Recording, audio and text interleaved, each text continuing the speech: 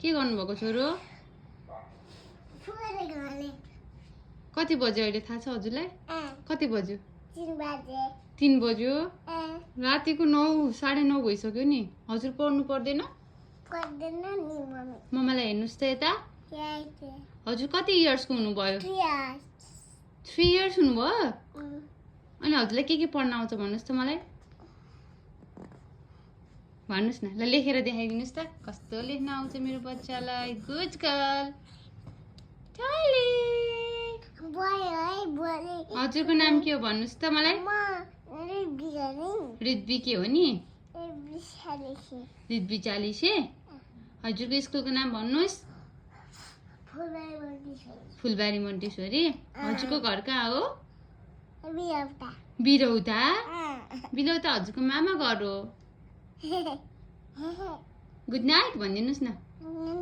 चुप्प दिनुहोस्। बाई भन्नुहोस्।